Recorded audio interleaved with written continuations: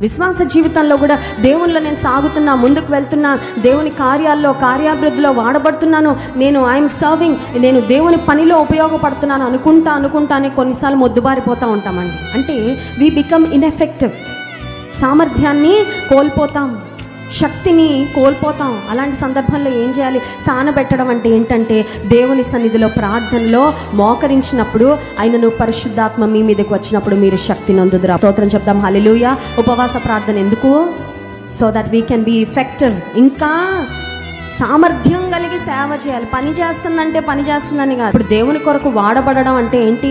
ఏదో వాడబడుతున్నా, ఏదో వెళ్తున్నానండి, ఏదో స్తుతిస్తున్నానండి, ఏదో ప్రార్థిస్తున్నానండి, ఏదో సేవ చేస్తానండి, నన్ను అలా ఉండనివ్వండి కాదు. నువ్వు ఎఫెక్టివ్ అవ్వాలి, సమర్థవంతంగా ప్రభు కొరకు బ్రతకాలి, సమర్థవంతముగా దేవుని పని చెయ్యాలి, సమర్థవంతంగా దేవుని కొరకు సాక్షార్థంగా నిలవాలి. అటువంటి వారి కొరకు చూస్తున్నాడు దేవుడు. స్తోత్రం చెప్దాం.